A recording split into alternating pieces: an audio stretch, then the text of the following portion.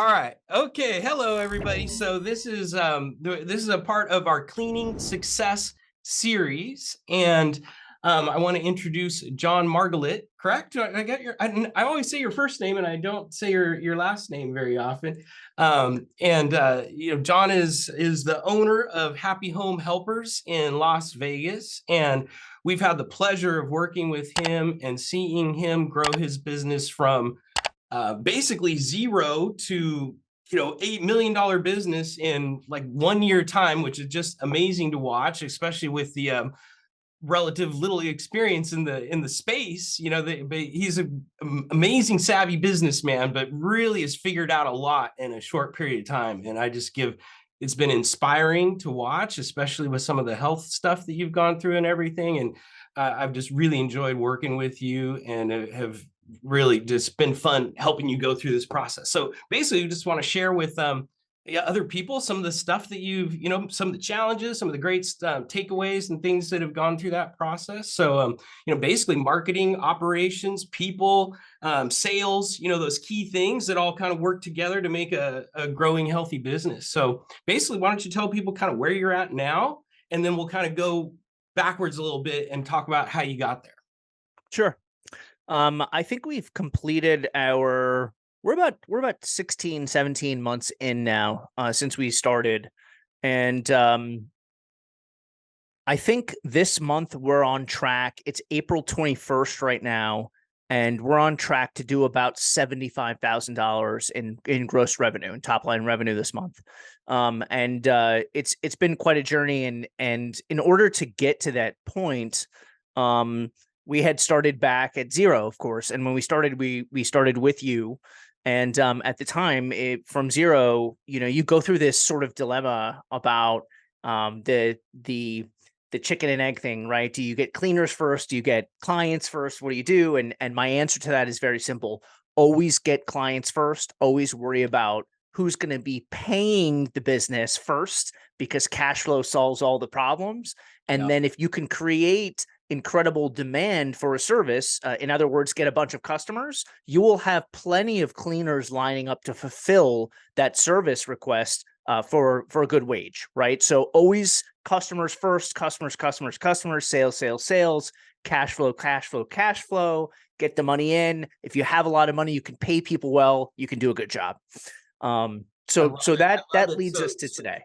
This is a different, I think, perspective than maybe what a lot of people would step in. So this momentum that you came in looking at, hey, let's get to the sales part fast. I think a lot of people are sort of apprehensive. How am I going to run this thing? And you're saying, hey, the marketing, the sales side is what's going to make the business run, and you can sort things out kind of as you go.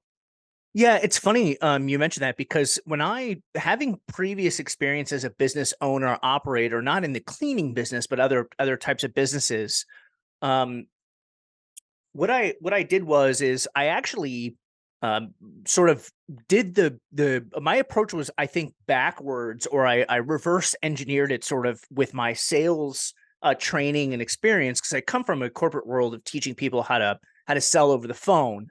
And when I graduated from college, I went into a high ticket environment in sort of like a boiler room setting, where we were selling high ticket loan products, consumer loans to people. So I learned how to sell over the phone to strangers. So when I got into this business, I thought to myself, our key differentiator and something we're going to do different than other cleaning companies is we're actually not going to focus on cleaning. We're just going to focus on customer satisfaction, customer service, communication, follow-up, great notes, attention to detail, and things like that. Because what I realized very, very quickly was that most people that were calling for service were calling because their current service provider was failing them in some way, shape, or form. Maybe they didn't show up. Maybe they got sick.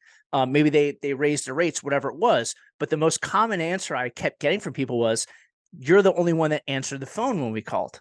Right? So it's like, to me, I realized that speed, follow up, very basic customer service things done at a high level were the competitive advantage, because a lot of people can send a cleaner out. Not everybody communicates effectively. Not Yeah. everybody makes a client feel comfortable with the service, and things like that. So Yep. even down to the phone ringing, when the phone rings, we don't just answer the phone right away. We have to answer it within 2 rings. I love it. And let's just really focus on that for a second, because I don't think people really, that even experienced business owners in this space maybe don't realize that exactly what you're just saying, like how fast you respond and how responsive you are, not going to voicemail. When that phone's ringing, especially if you're paying for ads and doing that, I mean, any kind of marketing, but especially if you're paying for it, answering that phone is a big step toward converting, right? Yeah, I think there's an old adage. I come from a coaching a sports background, and in sports we have this old saying, and it's speed kills, right? And I think it even goes back to the old David and Goliath story, where you have this big giant and you have this little undermatched, underpowered person that needs to fight this big giant, and the big giant is his power is strength, right? But David's power is different. David is fast. David is nimble, right? And David's speed with the right weapon ultimately conquers the giant and defeats the giant, right? Love it. And so as a small business, your actual competitive advantage over the Molly Maids, the Mary Maids, and all these other things is that we can actually be nimble and adapt, right? To where these corporate franchises are following a model and a script, and they have to be very, very by the book. And so I think as a ma and pa small business cleaning owner, you actually have an advantage. So yes, it's all about speed and attention to the client. And think about this. When you first interact with a service provider, whether you want a plumber, a cleaner, any type of person that you want service from, a dentist, nothing establishes trust and rapport more than answering the phone right away and being there every time somebody calls you. Yeah. Yep. I mean, and that's especially in today's world where so much is internet based and text based and all that. Like, so the people who do decide to call, because a lot of people still fill out forms and maybe request an estimate, but the people that call, that's what they're looking for, is that response. And what does it say if you don't even get a pickup? Right? It's like, Yeah, it's funny that you bring that up, because there are several ways to communicate with clients. I think this is actually a very important point, and maybe a little golden nugget here that somebody could pick up is that the data shows us that the highest conversion rate in sales is face-to-face, in-person interaction. The second highest is a video interaction like this. The third highest is a phone call, just an audio interaction. And the last one is email or text, right? I think text is slightly higher, and then email is the last in the conversion in terms of what converts the best. But you can throw all that data out the window, because the best and highest converting communication channel to the customer is whatever they prefer. yeah. Right? And if they want to text you, or they want to send a message, they want to fill out a form, maybe that's how they like to communicate. So then maybe text them back. Don't call them. Maybe offer a call, right? So speed, and then communicate the way that the client feels most comfortable communicating. Yeah, make right? it frictionless, right? Like, don't That's force them to it. call, or don't force them to text. Like, hey, what channel do you want to come in at? And we're right here and ready to go. Yeah. That's it. And of course, open up all those channels so that the prospect can choose what makes them most comfortable, and then you don't have to guess. Yep. Yep. Let's talk a little bit about, I think, there's a lot of questions out there in the cleaning world, especially the house cleaning side. And how do I get leads? How do I grow my business? And I think there's a lot of folks that have figured out how to run some ads or get some leads online. And there's a lot of people that have not. And I think the people that haven't have a belief that either they can't afford it, or it's too hard, or who knows, there's a whole lot of things that could be going on in their mind. So maybe we can talk a little bit about sort of your aggressiveness to running ads, and kind of what that did for you, and your growth and that kind of thing. Yeah, that's a great question. And I think that just as a preface, you have to have both organic and paid Yep. marketing going on, lead generation 100%. going on to scale successfully. It's a puzzle, and you need an omni approach. You need all the channels firing and working for you. But in particular with paid ads, the key is to liquidate the ad spend. And what I mean by that specifically is turn those callers or those leads that you generate from that ad spend into immediate cash. That's the key. And so what we started to do about 3-4 months into the business is, instead of charging people and sending an invoice after the work was completed, everybody prepays now. And we've had no problem getting everybody to prepay. And that takes that ad spend and turns it into cash immediately that flows into your account and replenishes that ad spend to keep it going. So the answer to the question isn't to continuously invest money that's saved in your business. It's to reinvest operating cash, right? And to continue to liquidate it fast enough to keep turning it into more ads. And then the next step is to retain the clients once you get them. Yep, yep.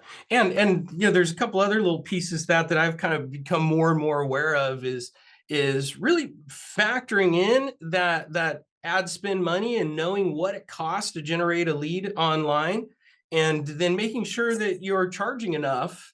And if there's some kind of friction on charging enough, then what do you got to do in that sales process on the phone, or framing what you're doing, or sort of, I mean, it's subtle, but little differentiators that you can pass in that sales call that kind of raise the value of what you're doing. And I think reviews online, having 5-star reviews, and a lot of them, is a piece of that. But then also how you position to make sure you're covering your ad spend. Because if you get a lead for, say, $50, and then you only charge $75 for a clean, it's better than nothing, but you're not going the right direction, right? Yes, of course. Yeah, you got to know your numbers. And I think it takes time, though, to understand the numbers, because when you look at data sets or historical data, and even just some basic numbers, if you don't have enough history to look at, the data won't tell you a story. When you read data, you're looking for the data to tell you some type of story and give you some type of insight or indicator on how to best proceed in budget allocation and business decision making, right?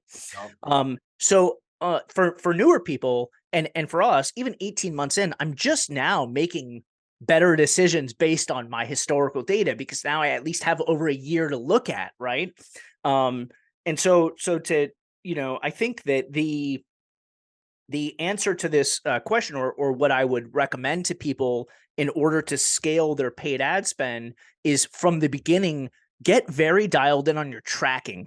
Really, really hunker down on the systems and the processes to understand where the lead came from, how much it charged you from that channel, and whether or not you were able to convert it. And that's not easy to track all the time. And some of the data is skewed, Justin, because some of the challenges we have is that somebody will call in from a paid ad, they will get a quote or find out some information, and then 4 or 5 weeks later, they'll call back and book, and that lead wasn't manually marked as a closed lead right away. So some of the data is skewed in your favor. I actually think that the cost per lead for something like Google local service ads is a bit less expensive than indicated in the data, because you have those people that are calling later that you've spoken to that will convert later, that won't actually show up in those numbers. Yep, yep. And I believe the same thing. This is a tough one to put an exact bow on too, but I believe the same thing, like for the Google ads side. So there's guys where this isn't all about ads, but there's Google local service ads and there's regular Google ads. And the regular Google ads, I think, have a little advantage in a way, in that that's more of a branded experience. Someone clicks, they go to your website, they experience maybe pictures of your team, a little bit of a story, so they feel a little more engaged, maybe even see a video or something. And typically we see when people run ads like that, or have an SEO campaign over a period of time where a lot of people have found their website, it kind of starts to snowball in a good way where there's now this brand awareness. You start to see direct searches for Happy Home Helpers or whatever the business name in that city. Those start to go up and up. So there's this brand awareness that happens, which you can get there with local service ads, but they're a little more kind of on Google's side of the fence, and they have a little bit less of a branded experience. So I think they're both really great, but I think really, in my perspective at least, kind of having both, a nice recipe of both, that with predictable results can be a really nice option. So you're not just, for a couple reasons, right? You're diversifying. You don't just have one thing going on. Say something happens with your Google Ads account on one side or something, and you're kind of building more brand as well as getting nice, relatively simple leads and that kind of thing. Anyway, there's my little ad soapbox. Yeah, no, it's correct. And I think a lot of people need to understand too that the organic referral strategic partner business building is something that is always necessary to lower that cost per lead or that ad spend. Yep. To mitigate that, right? But at the same token, the referral strategic partner growth strategy is something that's long term and that will snowball and build over time. Yeah. But the paid ads are more like a faucet that you can Yep. just turn on and off as you wish. And so in a talk I had a couple weeks ago with a fellow cleaning business owner, he posed a very interesting question to me, and he said, what happens on the weeks when you're slow and you want to keep your cleaners busy and make sure they get enough hours? And that's when I started to introduce the Google local service ads to him, because I said you could just simply up your ad spend budget, and right away that faucet will run even faster and with more pressure and harder. And then as soon as you catch up, you can just dial it back. Yeah, So it's a that's a really really nice way. important point. I don't think that there's so many folks that don't understand that out there, and they're like, how do I get a lead? How do I grow my business? It's like, guys, it's right there. You jump through a few hoops in the Google local service ads world. You got to do a background check. It's going to take a little time. It's not going to happen tomorrow, but you get through that, and now you're on the platform, and you do have that ability to, kind of turn on and off leads. And if you get serious about it, like I was just talking to a guy in Texas who I think he spends close to 20 grand a month on Google local service ads across like Austin and a few other cities. But gosh, I kind of lost track of what I was saying, but basically, when he's running his ads, he's like number one, because he's spending more and he's doing all the right things, engaging on the platform, getting the reviews, all that kind of stuff. And so there's an awareness, I think, that needs to be out there, that you don't just, you can just turn them on and turn them off. But if you want the highest performance, you kind of want to really engage with the platform, right? And maybe keep a budget rolling. So you do have that ability to, kind of come on and off. But if you're dead serious about scaling over time and you want the highest performance for it, you kind of want to set your hours and stick to it, Yeah, consistency is best. You're right. The algorithms and the Google's way of determining your cost per ad and serving you the right and best ads for your money is going to have the best outcome if you leave it, set it, and then gradually increase it, not decrease it. Google will reward you for spending more money, right? Hey, surprise, surprise, right? Right. And rightfully so, just like any platform. So that is a good nugget. It definitely pays to keep it consistent and gradually increase. However, the real answer goes back to what we just talked about. If you have a great conversion rate and you're turning those calls into cash, you will have no problem keeping it steady or gradually increasing it, right? So, Yep. So that's really the key. Yeah, it kind of happens, and that's got us to organically. where we are today. The main portion of the success and the revenue comes from the ability to take that live caller and turn it into cash immediately on the phone by taking a credit card and booking that clean and the payment for it, whether it's a day out or a month out. Yeah, and I know there's a lot of people that kind of have maybe not a problem, but they're so used to charging like after the clean or at the clean, or hoping that they remember to leave a check or whatever, that's kind of for the upstarts. and it's okay, guys. You can charge ahead, or one other option Sure. is maybe take a deposit, $100, whatever makes sense. So then if they cancel, have a cancellation fee of some kind, in those last 48 hours, if you're going to do it that way.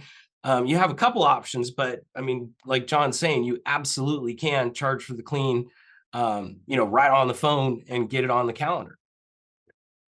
Yeah, when it comes to charging, let me give you a little nugget here. Let me give you a cool little a little line that I developed and I use, and it's basically bulletproof. Every time I'm on the phone with a new prospect and I get their payment, a prepayment, I should say, for a clean, I simply, when I ask for their payment info and they pose a question back, sort of pushing back saying, "Oh, I have to pay before," I simply say, "Well, yes, the system won't allow us to confirm your booking without a credit card."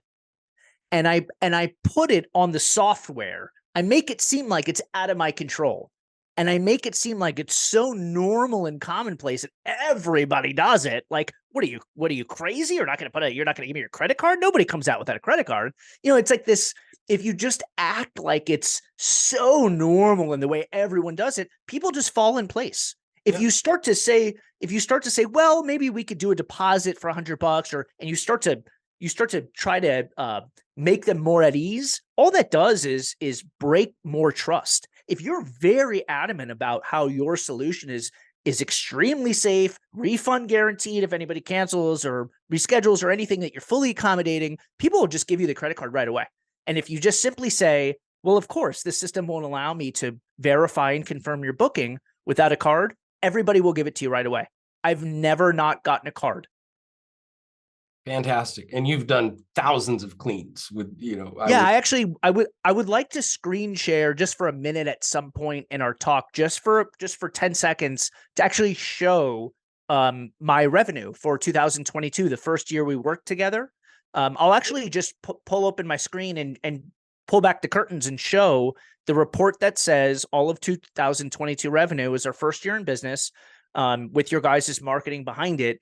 And it powered us to, I'll show you the number. I mean, it's all real stuff. fantastic. Let's look at that in just a second. Like, what maybe I know that, maybe talk a little bit about the recruiting is such a big issue out there. A lot of people are challenged, like, with finding good people. And I know you've, gone through a lot there and figured a lot of things out. So maybe talk a little bit about, the scaling process and, recruiting, and kind of, how the systems you use to manage things in that process. I think that's one of the scariest things for a lot of, oh my God, there's going to be all this activity. What am I going to do? Right. And so, yeah.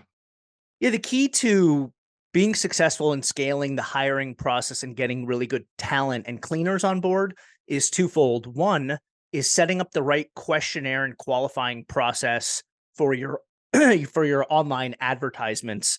Specifically on Indeed, we place a lot of advertisements, and we have a qualifying questionnaire that the applicants have to fill out in order for us to better understand whether it's worth us spending time calling them and actually interviewing them, right? So if they get the questions right on the application, it prompts us then to call them. And we use a back-end software called Zip Tools, and it essentially organizes all of our applicants into a very streamlined funnel.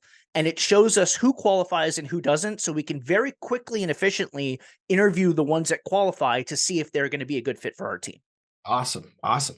I appreciate you mentioning Zip Tools, and guys, really quick, we've put together a system for that, helps with recruiting and running your marketing and, your website and social, all kinds of stuff. And that's one of the pieces of it that we've, put in there, trying to kind of give a complete command center for house cleaning businesses. So anyways, this is not a sales call, but I wanted people to kind of know what that is if they went to go look for it. Yeah, and what Zip Tools does is that it just neatly organizes everybody that clicks on your application and enters your recruiting funnel, and it'll just clearly show you, who should pay attention to and who you shouldn't.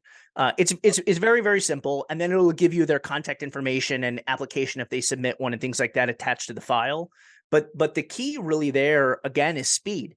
Once you see a good applicant, you have to call right away and follow up right away, because if you're seeing a good applicant, other companies, your competitors, are seeing a good applicant as well. Right. And nothing will compel that applicant to gravitate towards your company more than speed.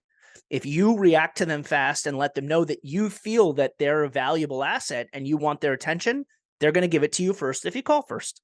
Right. So the same fundamental thing, we're basically marketing the business, and trying to attract people. And then when the good ones, kind of come through, engage with them as fast as possible. So it's basically Yeah. thing happening on the sales side as the hiring side. And I think too, something important that you might want to have a screenshot of at some point, or make a little PDF of, is that the hiring software funnel through Zip Tools, it's not a normal landing page. And what I mean by that is that the page that the applicant will go to will be accompanied by videos from our staff. It'll have information about the benefits of working for a company. It'll explain our teamwork and other company culture, things that we really strive to be. And it'll really properly inform that applicant and get them to know your company on a little bit deeper level, so that they can determine if they think they're a good fit. Yeah, appreciate that. So yeah, what we try to do is put a little recruiting system in a box from the careers page all the way through.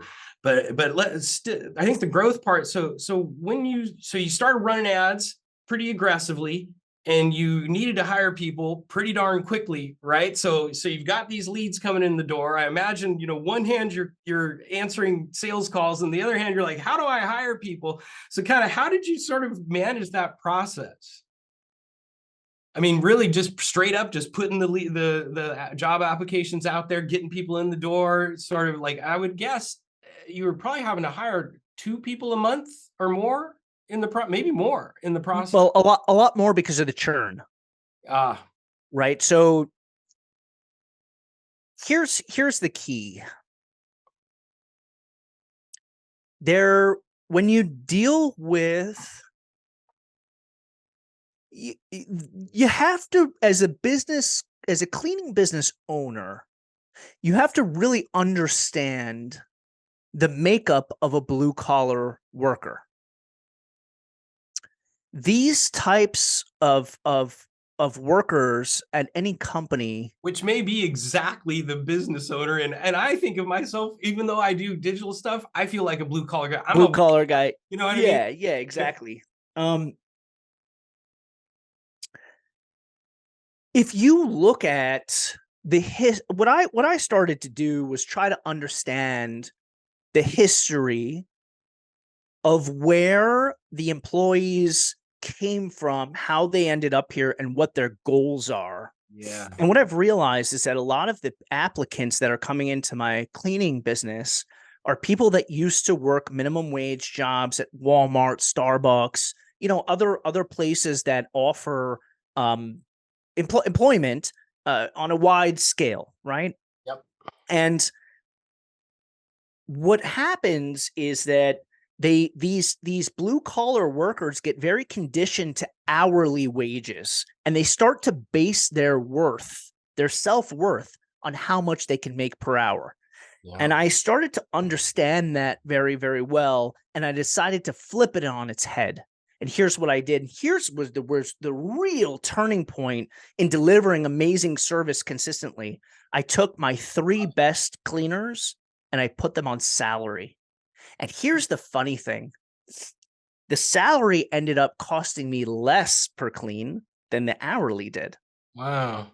But the salary gave the cleaners 2 things they never had in their lives. 1, a steady, consistent paycheck they could rely on no matter how many hours they put in a week or a pay period. And 2, the ultimate respect from your employees saying, we want to lock you down and give you a salary. That's a game changer. These people had never heard that in their lives. They never felt valued this way. Wow. And when I showed them that kind of love and respect for the work and dedication that they were giving our clients, they responded tenfold, started to work harder, do 3 cleans a day instead of 2, which would effectively lower my hourly wage cost to them, right? But that is the key. If you treat and show ultimate respect to employees, they will perform at a high level. And the only way to show that ultimate respect is to pay. Yeah, that's a really interesting point, because I've been talking to people all across the country, and it seems like, in a way, each different city sort of has its own characteristics. And maybe the way that you might address this same general issue in North Carolina might be a little bit different than, who you're going to find, in Vegas. But I think the framework of like showing respect and paying well and making, helping people feel good about themselves, the people that work for you, and in a way working for them to help them, kind of better their life, all of a sudden that takes away a lot of the operational problems, right? All of a sudden it gets easier to manage the business, doesn't it? It does. And when people are on salary, they feel way more obligated to be on time and to basically just follow whatever instructions are giving to them from a work order perspective, because they don't want to lose that security and that salary. And that's the same as a banker on Wall Street, or anybody doing something that is a relatively high paying salary that they're not used to getting. They're going to fight tooth and nail to keep that salary going. And that's going to translate directly into the work and the quality of work that they perform and the way that they take care of your or the business's clients, right? Right. And so that's been the game changer. All my hourly people are inconsistent. All my salary people deliver amazing cleans every time. Wow. They can't afford not to. Yeah, that's fantastic. Really, really fantastic. It's so interesting. Because I've talked to somebody else who's very committed to another pretty darn successful house cleaning business is very committed to part-time workers and kind of hiring moms, and paying well for that part-time work. I just have like a couple days a week, so they make it work that way. But the fundamentals are very similar. Pay them well, give them the kind of arrangement that they need, for their life. I think a lot of business owners are kind of catching on to that, but really understanding that and working that is a big part of what allows you to scale, run those ads, bring on more people, and be able to, really, because the more people you have working for you, the more cleans you're doing, the more money you're going to be making, right? That's exactly it. And let's talk about the mom thing for a second, because you mentioned some of the employees are part-time moms and stuff like that. Yeah. I'll tell you what, if you want to get something done, give it to a busy mom. You know what I mean? Nobody gets shit done like a busy mom, and I can tell you, 100%, we've probably had over 100 people come and go on our staff in the 18 months, like literally, because we grew very fast. Yep. Nobody understands a household, how to organize it, how to clean it. If you've raised children, especially if you were a single mom, oh my God, you're going to be a rock star at this business. Yeah, you're a CEO of a home, right? That's very well put. And so what I find is that the people that have experience raising children or have done it successfully, whatever success means in that case, right? Yeah. They excel at this job, and they actually have a deeper care and understanding for the fact that the place that they're cleaning is where a family dwells. Yeah. Right. So this isn't just, I'm not just cleaning a house. I'm trying to create an environment in this person's living space that makes them comfortable and happy. Yeah, that's a key to this, right? Like when you can achieve that in a clean, and it comes through in the how things are adjusted, the way it smells when the clean is done, and how the energy when you walk in after that's what makes you go, ah. And that justifies the price point that they spend. Yep. Right? If they walk in and it smells clean, it looks clean, and it feels clean, and when they come home from work, not only will you retain the client, you want to have any complaints, they're going to feel like they got every penny's worth of their clean, and everything is going to be good to go. But at 19 years old, 20 years old, 21 years old, I didn't realize that. At 35 years old, when I had my own home and I had to take care of it myself, then I started to get a clue, like, wait a minute here. There's much more that goes into it than just sweeping and mopping, right? Yeah. This is someone's home, right? Yep. They're going to live and sleep and breathe here. Their kids, their pets, their friends, their family, this is where they gather. And if you come in and you deeply understand that, and your mission is to satisfy all those things and make the client's home the ultimate dwelling space, or the old cliche, when we come in, it's a house. When we leave, that thing is a home, right? We're going to turn your house to a home. If your staff has that mentality, has that frame of mind when they enter a living space, you're going to have a different result. Yep. Right. And the moms on staff know that better than anybody because they just lived it. Right. They just have the experience. They just know instinctively how to raise someone, how to take care of a living space, and how to make it conducive enough for that person to be successful in life and enjoy where they're living. Yep. Yep. Totally. And one thing, and every city's different, so you don't know for sure. But one thing that I've heard is fairly successful in attracting part-time moms, if that's a fit for where your schedule is at in your business, is really posting on some of the local groups like Facebook or Nextdoor or whatever, and kind of offering sort of top pay with flexible hours, type of thing. Because there's a lot of people like, I can't fit into someone else's schedule, right? You might. So we've experimented. Yeah, no, it's a great point. We've experimented with Facebook ads to try to recruit cleaners. And we've specifically designed or structured the content of that advertisement to speak to moms, saying, hey, would you like to work a few days a week part-time and make really great side money and still continue to be a parent, right? Yeah. And give you that job that allows you to the flexibility to do both. Yeah. And we did that.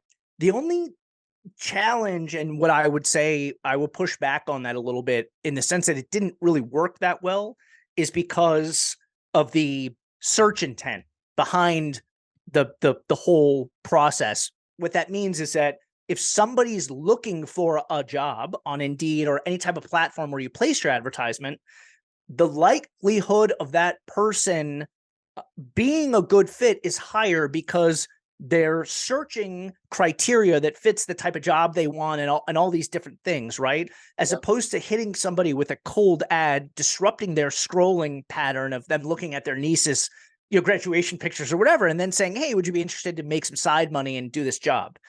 So I actually think that we wouldn't go back to doing that. I would only go after people that are actively searching for opportunities, and then filter that set of people into the ones that are a good fit for this. Cool. Yeah, that makes sense in a lot of ways. Cool. So let's see, where are we at? Let me check out my notes really quick. Growth strategies, recruiting, lead gen. We've covered that stuff. I want to go back to the website, because I think the website's really important, because it's a big part of what you do and what we do. Yeah. Can I go back to that? Yeah. And I see so many people that, even if it's a pretty website or something, like, they don't understand some of these same fundamentals of the story and stuff that really helps with conversion. That's, I think, a real weakness. I mean, you mentioned something at the beginning of this interview or call that stuck with me that I want to talk about.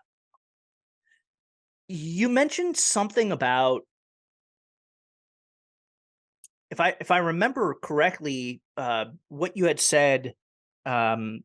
Remind me here. We were talking about. Let me jump back. We had talked about the website. Okay, so in building a website for a cleaning business, there are some really, really major things that need to be understood. Number one, building a website for any business is about one thing and one thing only: getting people that go to your website to either call you or give you their information so you can call them.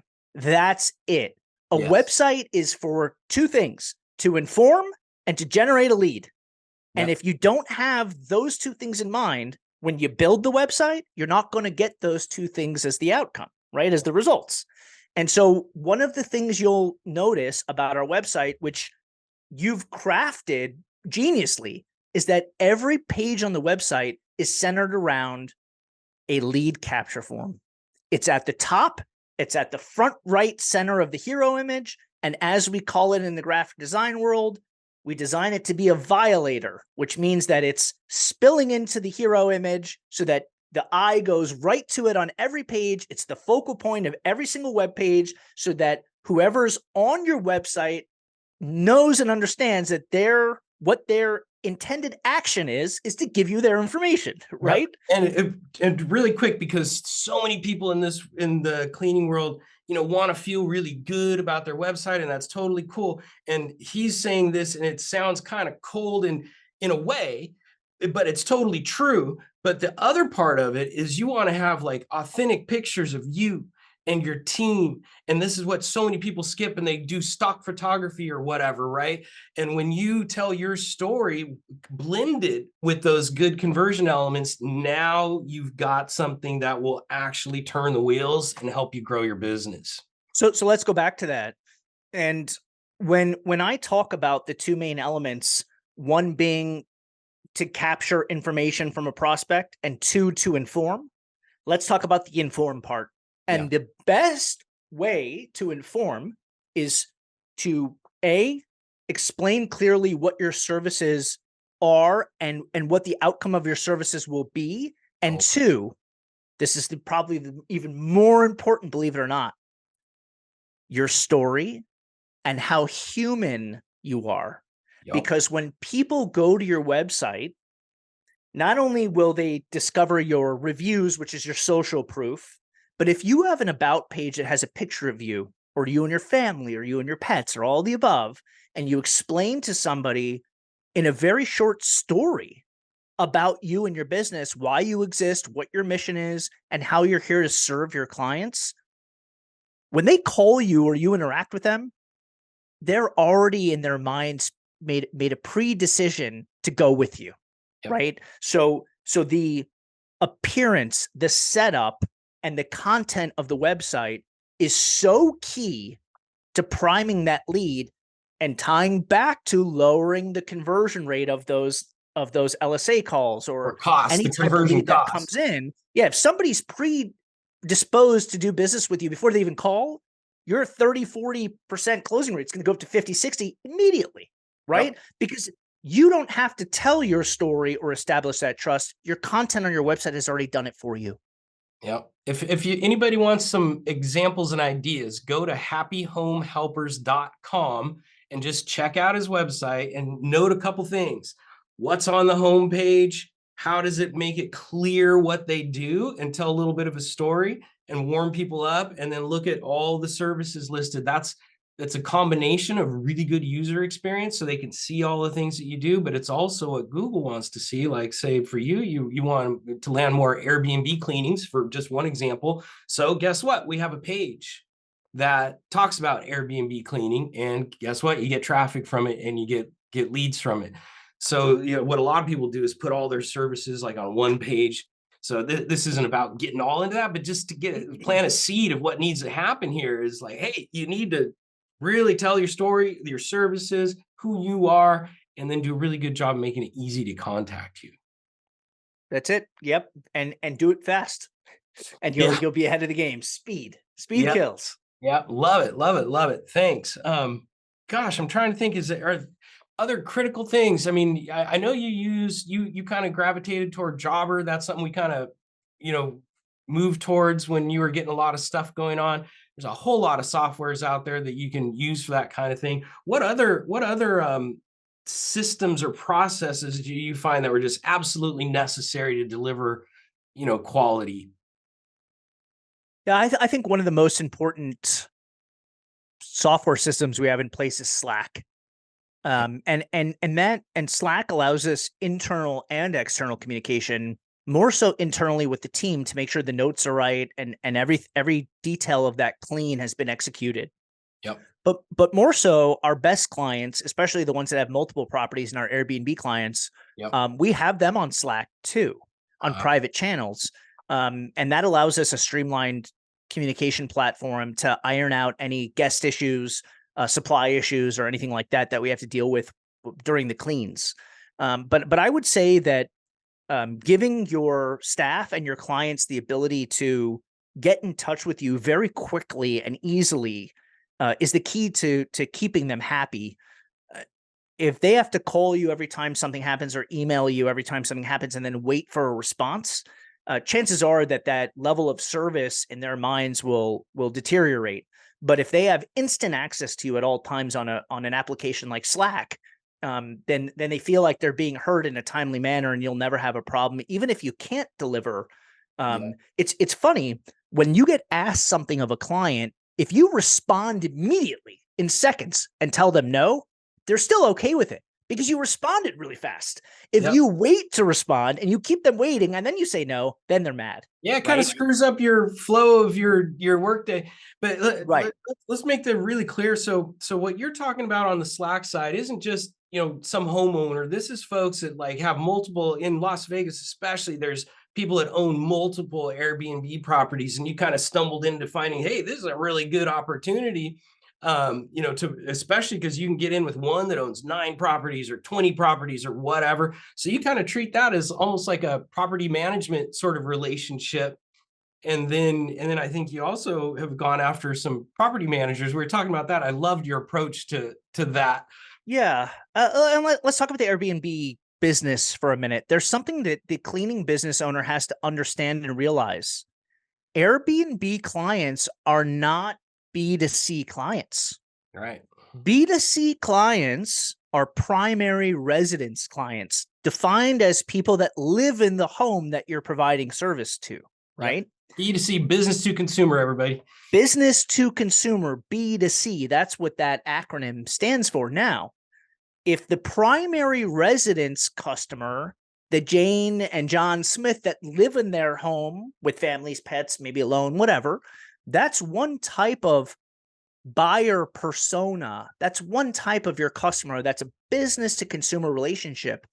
And maybe, in my experience, at the highest frequency, our best primary residence clients, we clean for them once a week. A lot of them may be bi-monthly, every other week we come in. Yep. But our Airbnb clients, that's a different type of business relationship. That's a business to business. It's not a primary residence you're cleaning. The person who owns that house doesn't live there, right? The people that come and stay there are the occupants of that property. So it becomes a business to business relationship because my client, the Airbnb owner, they're running a business, right? 100%. And so if you understand that, what happens is that instead of cleaning a primary residence every 2 weeks, if you've got an Airbnb, sometimes we clean that Airbnb 2 or 3 times every week because it's got a continuous flow of new guests coming. So the frequency at which we clean for those properties is much higher, meaning that the revenue is also much higher as well, right? And so from that one connection, off of one connection, and if you service it well, the lifetime value of that client and the repeat business is off the charts. Yeah. Yep. And I know there's always challenges and that kind of stuff, and I'm sure they're trying to drive costs down and all that kind of stuff. But of still, course, the repeat business is so much more profitable in the long run. Yeah, and when we have, I'm almost reluctant to say this, but when we have a primary residence client, we basically are starting to understand from the data that there's a timeline for those people. And all I want to do is keep them as long as I can. But I'm telling you, with every primary residence client, at some point in time, you will lose them. Because no matter how hard you try, if their favorite cleaner gets sick, leaves your company, moves away, and they can't come to service that client anymore, they might leave you. They might not like the next person. This is a really good point, because I think what a lot of people will do is kind of get their business to a point where they're doing the cleanings, or their 2 or 3 people are sort of busy, and then something happens and like 2 good consistent clients go away, and all of a sudden it's terror time. Oh my God. And so it really takes this kind of different mindset of like, and you don't have to grow fast like Jon did, but this kind of constant growth situation is really important for the health of the business, obviously. But then, when people go away and that kind of thing, it's not a big deal. You're good to go. Yeah. And consider this too. If you're servicing Airbnb properties, the majority of our clients are Airbnbs now. And the reason why is also because I have a mixture of staff. I have male, I have female, I have native people, I have foreign people, I have a mix of people. And when you're dealing with a primary residence clean, you have to be sensitive to the client's needs and wants and whatever prejudices and biases they may have as a result of their life experiences. Everyone is different. I don't know. And so if you're, for example, and I hate to use this example, but I want to keep it real. If you're sending a minority male into a clean for a primary residence client, you might have somebody that won't think twice about it and not have a problem if that person's a good cleaner. Yeah. Or you might have somebody that freaks out and says, I don't trust a guy in my house, or whatever they might say, which is fine. I don't, to me, it's whatever the client wants is fine. I just want to give them a service. But in an Airbnb, no one's home. No one cares what color the person is. Nobody cares whether they're male or female or whether they're a cat, right? Nobody cares. As long as the place is clean and it's done on time and they don't get any complaints from their guests, you're good to go. So the B2B side of it and the short-term rental cleaning opens it up for me to staff however I want and not have to worry about biases and prejudices from somebody because they don't live there and they don't see who's cleaning there. And frankly, they don't care. Yep. Right. Yeah. Interesting. And I guess that's pretty similar to like the property management kind of side of things in a way. And this is where I'm a little out of my depth because I haven't run a cleaning business, but it sounds much more like a property management situation where they've got 200 properties or condos or whatever, and people are coming and going, and if you can establish a good relationship with them, it seems like it'd be very similar where you're going to get this kind of a good amount of referrals business as things come up. Yeah. And then the other strategy I have for retention and growth is to think about retention not from a client perspective. I think about retention from a strategic partner perspective. I think about how can I retain all of my boutique real estate management offices as referral sources. And when I think about how to retain these referral sources and constant feeders of business, I think about more old school manual processes like going and picking up coffee and donuts and swinging by the office and bringing it to them. Seeing guys listening to this, seeing Janet or Jeff at the front desk of these offices, you'd be surprised. These local real estate management offices are kind of ghost towns. When you stop in, you'll see one or two people behind a desk doing paperwork and answering phones and things like that, but they're kind of lonely and bored in those offices. And when you come in with a treat, or you come in with even just a smile and some business cards and flyers, you'd be amazed how much these people light up because they don't see anybody all day. They're just sitting there, you're caught up in the minutia of their work. And then all of a sudden you come in and you're like, hey, I actually thought about you today. I actually give a shit about you. I brought you some pastries and I want to make sure you're doing well. And and by the way, here's some extra flyers. If anybody calls you and needs a move out clean, I'm here. Right. Yeah. And then next time they have a problem or something's not going on because they probably have a cleaner, boom, they know exactly where to go. That's it. And even if they have a go-to cleaner, the more you bring them things and pop in, eventually, I promise you, they're going to try you one time or two times when that other person can't fulfill or they're in a pinch. And if you come through, they're never going to go away from you because you're going to be that person that came in the clutch when their regular cleaner couldn't be there or whatever. Right. And those are good move out cleans, right? Most of the time, right? Exactly. So, and with the move out clean, it's more often than not, it's urgent because they're getting the unit ready for a new tenant that's coming in and it's time sensitive. If their crew doesn't show up, that person's moving in. They got to find someone to come get that place clean. Right. So you can jump on it. Exactly. And quote, like sort of save them, right? And you save them and then they come back and they want to help you too. It's reciprocal. I love it. So with that being said, retention is twofold. You've got to retain your clients by providing great service and taking a strategy of a business to business relationship, and that being a big part of your revenue mix, that short-term rental recurring business. But you've also got to get and retain referral sources, those what I call strategic partners. Yep. That's how you really, really grow, because the only investment you have to make in establishing those relationships and maintaining them is customer service and time. There's no actual money. Yep. And that's what you want, right? The less money you spend generating leads, the more profit you can make on the leads that you do convert. Yeah. Yeah. Totally. And so yeah, that nice mix of, kind of keeping the new fresh projects coming in with your good marketing kind of side, and having your Airbnb and your property management stuff, over time, this allows you to have a really healthy sort of pollinated mix of leads coming in. And I remember once we were on the phone and you kind of paused me because a call came in. This guy's an animal. He answers every call. I love it. And I was learning, listening to how he dealt with it. And a guy started asking questions. He didn't say he was an Airbnb owner, but he started asking questions kind of like about a lockbox and da-da-da-da-da. He picks up on that and starts talking about, oh, no, we absolutely handle Airbnb stuff. And he started talking his language.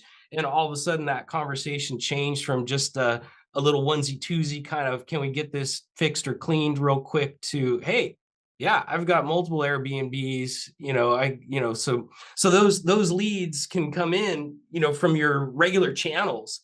You got to keep your ears on and look for those, and then kind of change the conversation when you run into the Airbnb lead. Absolutely. And at some point, Justin, if we can, I'd like to record a session of us just talking about the discovery call. Because I have a really detailed and effective approach to the initial interaction with the prospect, and the right questions to ask them to better understand what it is to serve them and provide to them. And number two, probably most importantly, the questions you ask the prospect in your initial interaction will establish rapport and trust more than anything else you could possibly do besides answering the phone quick. Yep. Because the questions you ask will clearly demonstrate and prove to your prospect that you understand their wants, needs, and pain points. And because you're asking the right questions, you're trying to uncover the best solution to provide to them to solve that want, need, pain point. Now, you guys catching this? He's committing to coming back and doing a little sales training, and he's run Yelp, Google local ads, regular Google ads, Facebook ads. He built his business doing Facebook Messenger ads. We played a little part in that, and so he's got a real broad perspective. And I know he handles, I've even listened to him do this, each one a little bit differently, but they all kind of go through the same sort of framework. So they come in with a different kind of perspective, and then, kind of go through that sales process. I'm glad you said that, because there's no one script. It's a read and react type of situation, right? And if you really know the cleaning business, or you study enough, you don't need a script. You don't need word for word, but I can tell you how to react with the right words based on whatever the prospect is posing, or whatever it is that they need solved. And the key is the questions that you ask them. Let me give you a very basic analogy that's simple to understand. Sure. A year ago, I was TV shopping. I walked into Best Buy. A gentleman came up to me in the TV department and he said, "What size TV are you looking for?" We started talking. He said, "What do you prefer, a certain brand of TV?" He started showing me different TVs. We started talking. And eventually, after maybe 20 or 30 minutes of looking at TVs, I left the store. I got a phone call and I had to leave. And I didn't buy a TV that day, but I was still looking to buy a TV. About a week later, I returned to the same Best Buy store, still searching for a TV. And I walked in. A woman associate approached me and she said, "Hey, are you in the market for a TV?" And I said, "Yes." And she said, "Let me ask you a question. How far back from the TV are you sitting?" I said, oh, about 13 feet. She said, okay. Is the room open or closed? Does the room connect? Does your TV room connect to another room? I said, yeah, it's an open concept to the kitchen. It's one big room. And she said, oh, okay. So your acoustics are going to be big and there's going to be a lot of things to bounce off of and have a lot of echoes. I said, yeah, that's right. She said, okay, so I need a better audio solution for you. And then she said, what kinds of things do you like to watch? Are you a sports guy? Are you a movies guy? I said, I love sports. Okay, that helps me figure this out. And she asked me so many great questions to discover what my TV watching needs were, that it led me to buy. And then she turned around and she said, okay, you love sports. You have an open concept room. You have a carpeted floor, right? That in there, the room seats this many people. You want surround sound. And because you're 13 feet back, the optimal viewing size is 70 inches. So we immediately looked at the 70-inch TVs that were perfect for sports, that had input for surround sound, and I bought one. Why? Because did she have different TVs to show me than the first gentleman that helped me? No. But she asked me the questions that led to the exact TV that was perfect for me. Yep. And I bought it. What's important to you, like at the high level, simple framework, starting the conversation, what is important to the person you're talking to? They don't care about how you clean or what you clean yet, right? You need to know what they want or what they've been unhappy with, and then fix that, and you're on the right track. That's exactly right. So I went in to buy a TV, but I got the ultimate lesson in sales. This woman was so good at her job that she didn't sell me a thing. All she did was give me great confidence in the right TV model because she asked me the right questions. Amazing. And then when I gave her the answer, she just simply said, hey, all I did was listen to all those things you told me you needed in the TV. And here's the one that has all those things. This is the one you need. She just helped you. She just helped me. Nothing sales. Helped me. Yeah. Make a good buying decision. That's all these people want. They don't want to be sold anything. I don't want to be sold. I just want you to listen to what I need and then tell me which one is best for me. That's all I want. Yeah. And if you can do that, and I don't feel like I'm being sold to, I feel like I'm really getting the most genuine recommendation from you as a guidance counselor, as you being the expert, I'm buying. Yeah. So if you understand their situation and what they really need for whatever reason is a deep clean right now first to get things situated and then maintain it, then that's what you pitch or explain to them or, provide to them. But if sounds like their house is really clean, maybe they don't need that deep clean. You don't need to go there. So try and help them, make the right call and explain why. And that'll exactly. And a good example of that is something that sometimes we come across periodically where a child, an older child will call for their parents that are aging and say, hey, I need to get my dad's house cleaned. My mom passed a little while ago. He's been alone and, it's kind of been building up or whatever, those common things. Yep. And I always stop and say, things, I try to dig deeper into what the parent's pain point is. Right. So I start to say things like, or I start to ask questions like, is your dad in the home all day by himself, or does he have visitors? Does he have guests? Like, how often does he have the house cleaned or maintained, or when was the last time it was done? All these different types of things, because I want them to start talking about the pain and uncomfortableness of the way that their parent is feeling with the house being dirty. So then I can, at the end of the call, reassure them and not only say, we have the perfect cleaner and the perfect clean to get you going to make dad comfortable, right? But we're going to make sure when he gets home from the hospital that place smells terrific, that he feels relieved when he comes home, right? Because the pain point isn't the dirty house. The pain point is dad not feeling good when he comes home. And we're going to do everything in our power with this service to make him comfortable and at ease. Yep. Now you're serving that pain point, right? Because the real pain point isn't the dirty home. It's making dad comfortable. Yeah, I love this. There's so many folks out there. There's a lot of people are kind of nodding along going, okay, but there's a lot of folks out there that, they're kind of struggling with it. I've seen the before and after pictures that they're proud of, which is cool. But I mean, that is really hard work when you get these extremely destroyed houses, and then you should be proud of how well you were able to clean something like that. But we're talking about here kind of raising up and just being able to communicate a little differently and landing these kind of what you might say higher end cleans that where people are happy with what you're doing. It's not extremely grueling, like some of the stuff can be, and just learning, a little bit about ads and a little bit about selling. Really simple, in this business, it's relatively simple compared to so much of, what's going on out there. Yeah. That, you learn a few of these fundamental things and you're going to be in really, really good shape. You can change your life and the lives of Absolutely. I think too, some of the cleaning business owners out there, or any service provider, thinks of sales as like a dirty, grimy word, right? And so let's change that. You're not selling. All you're doing is caring. Yeah. If you deeply care about what your prospect wants and needs, and you serve them with that solution, that's the ultimate sales.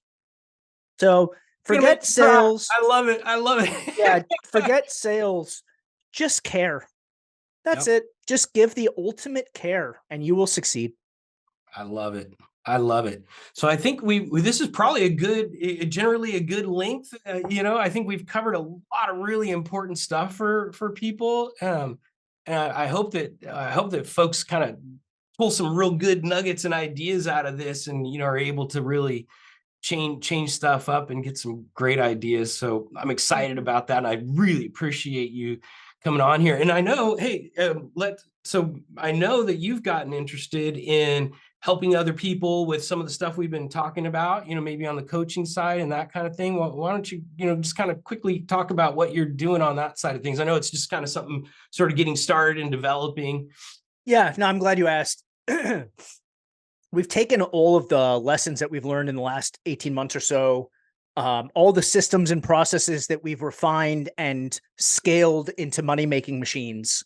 And we've templated them and put them into a blueprint, a step-by-step course to teach people how to replicate the success that I just had over the last 18 months.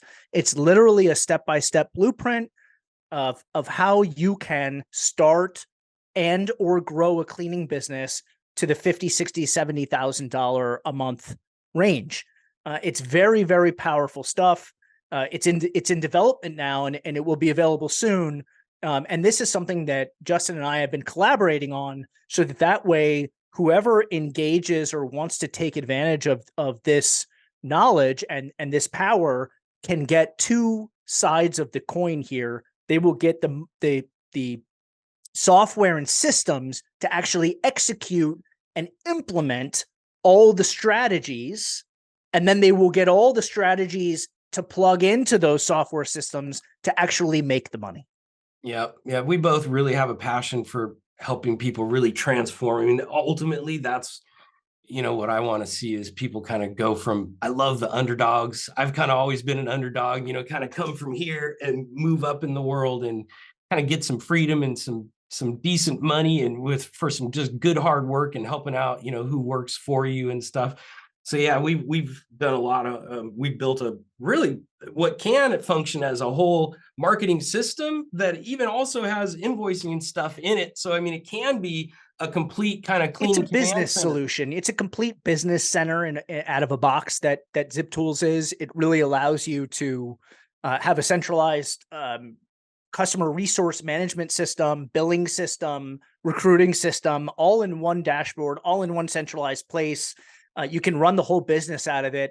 And John, I don't even know if you know this. We've actually stuck a whole website in there with like SEO content along the lines of what we did for your site. And you can actually just fill out a form, change some colors and stuff, hit go, and it'll populate a whole heck of a lot of the website. There's still some stuff you want to do, sure, by hand, but I've never seen anything like it. So anyways, that's great. Yeah. What was the original question? I had a thought that I wanted to share. Oh, this is sort of like I think this is a nice wrap up closing thought. for someone who's watching this that has ever thought about starting a cleaning business, let me tell you something from my experience. When I first thought about the idea, it didn't seem sexy or fun to me. I always wanted to chase really cool, shiny objects like creating an app or inventing some sort of piece of workout equipment, and doing something very innovative because I thought that that was sexy and fun. But I'll tell you what's fun and sexy. $60,000 a month of cash flow, $80,000 a month of cash flow. That's sexy. And I don't care how you make it. I don't care if you're taking trash out or you're mowing lawns or you're cleaning people's toilets. You get to that amount of revenue, you want to feel good about your business, you want it to be fun and exciting. Oh, it will be. Yeah. Yeah. And at that point, then you can hire, people to operate and, take calls if you want. And, you can get to a point where, you're truly being a business owner. Yeah. And that's it. And truly scale. Right. So I'm very excited about the information and the lessons that we have for anybody that's aspiring to either start or grow, because if they just simply follow the blueprint in 90 to 120 days, that revenue is going to be on a trajectory scale to double. Awesome. Love it. Love it. It's right there. You just got to take it and do the work. That's it. Cool. All right. So thanks everybody. We're signing out from cleaning growth session here. And thank you so much, Jon, for coming on and sharing so many great things. And I'm sure we'll be doing stuff like this again.